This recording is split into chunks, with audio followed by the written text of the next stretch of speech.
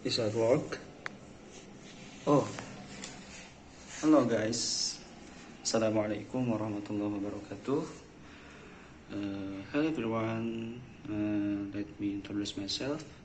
My name is Anfal Muhammad Yusuf. I'm from Bandung, major in Quranic Tafsir, Faculty of Usuluddin at UIN SGD Bandung. This video is intended to fulfill the final project of an English course class. On this occasion, I will tell you a little about my life before and after the COVID-19 pandemic.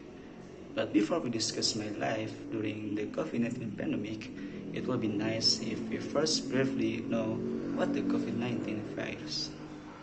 Coronavirus disease 2019, as usual we call COVID-19, is a contagious disease caused by severe acute respiratory syndrome coronavirus 2. The first case was identified in Wuhan, China in December 2019. It has since spread worldwide, leading to an ongoing pandemic. Symptoms of COVID-19 are variable, but often include fever, cold, fatigue, breathing difficulties, and loss of smell and taste. Symptoms begin 1 to 14 days after exposure to the virus. Around 1 in 5 infected individuals doesn't develop any symptoms. The virus that causes COVID-19 spreads mainly when an infected person is in close contact with another person. Small droplets and aerosol containing the virus can spread from an infected person's nose and mouth as a British coughs, sneezes, sings, or speaks.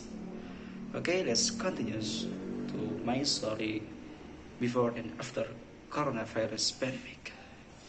As you know, the COVID-19 virus is very influential on the world's lifestyle than before, or what is commonly called the new normal.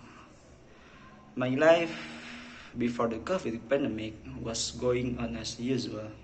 On weekdays, I will travel to campus and then meet my professor and friends.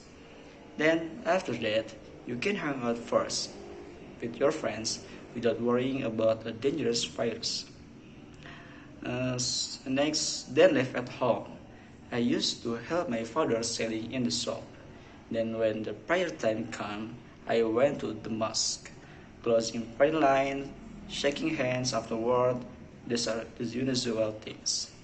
But everything changed when the COVID-19 pandemic began to enter our country on March of 2020.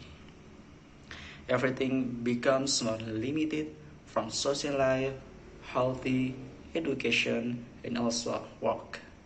My parents' work was also affected by COVID-19, which made the shop empty of customers. Everywhere we go, we must comply with health protocols such as wearing a mask and carrying a hand sanitizer.